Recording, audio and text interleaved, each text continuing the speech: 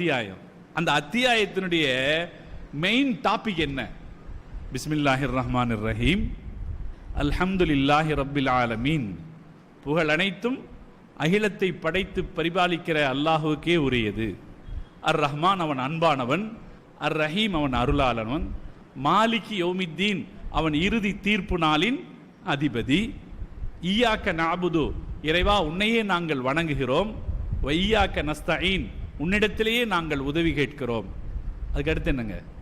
இஹ்தினஸ் சிராத்தல் முஸ்தகீம், யா அல்லாஹ் எங்களுக்கு நேரான வழியை காட்டுவாயா. ஃபாத்திஹா சூராவுடைய மைய கருத்தே இதற்கு முன்னால் நாம் அல்லாஹ்வை புகழ்கிறோம். அல்ஹம்துலில்லாஹி ரப்பில் ஆலமீன், அர் ரஹ்மானிர் ரஹீம், மாலிகி யௌமித்தீன், இய்யாக நஅபுது வ இய்யாக நஸ்தஈன். இதிலெல்லாம் நாம் அல்லாஹ்வை புகழ்கிறோம். அல்லாஹ்வை புகழ்ந்து விட்டு அல்லாஹ்ட்ட என்ன கேட்கிறோம்? இஹ்தினஸ் சிராத்தல் முஸ்தகீம், யா அல்லாஹ் எங்களுக்கு நீ நேரான பாதையை காட்டுவாயாக. இப்ப ஃபாத்திஹா சூராவினுடைய பிரதான நோக்கமே நாம் அல்லாஹ் இடத்திலே நேர்வழி கேட்பதுதான். காலையில எந்திரிச்சோன்னா அல்லாஹ்ட்ட கேட்கணும், இஹ்தினஸ் சிராத்தல் முஸ்தகீம், யா அல்லாஹ் எங்களுக்கு நேர்வழி காட்டுவாயாக. இஹ்தினஸ் சிராத்தல் முஸ்தகீம், எங்களுக்கு நீ நேர்வழி காட்டுவாயாக என்று சொல்லிவிட்டு அல்லாஹ் நிறுத்தல. அதுக்கப்புறம் அந்த நேர்வழிக்கு அல்லாஹ் விளக்கம் சொல்கிறான்.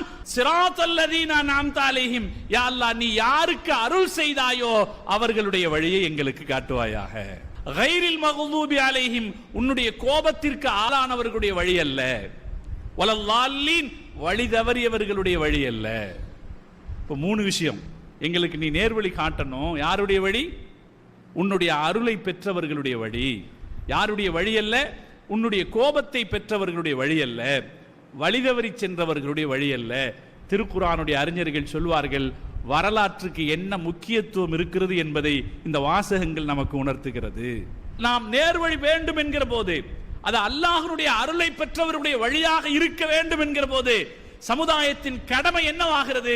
யார் அந்த அல்லாஹ்வுடைய அருளை பெற்றவர்களோ அவர்களுடைய வரலாற்றை அறிந்து கொள்ள வேண்டியது சமுதாயத்தின் கடமையாகிறது. யார் அல்லாஹ்வுடைய கோபத்தை பெற்றார்கள் என்று தெரிந்து அவர்களுடைய வழியை விட்டு விலகி நிற்க வேண்டியது கடமையாகிறது.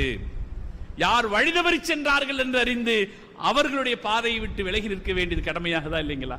இந்த ஃபாத்திஹா சூரா வரலாறு விஷயத்தில் இந்த உம்மத்திற்கான ஆர்வமும் தேடலும் எந்த அளவுக்கு இருக்க வேண்டும் என்று சொல்லித் தருகிறது. ஹிதாயத் நேர்வழி வேண்டும் என்றால் அந்த நேர்வழி எப்போது சாத்தியமாகும்? நல்லவர்களுடைய வரலாற்றை நாம் தெரிந்து கொள்கிற போது சாத்தியமாகும். தீயவர்களுடைய வரலாறுகளிலிருந்து நாம் பாடம் பெற்றுக் கொள்கிற போதுதான் சாத்தியமாகும். எனவேதான் வரலாறு என்பது வாழ்க்கையில் மிக முக்கியமானது. அல்லாஹ் அதனால தான் குர்ஆன்ல அவ்வளவு வரலாறுகளை சொல்லி இருக்கிறார். ஃபாத்திஹா சூரா குர்ஆனுடைய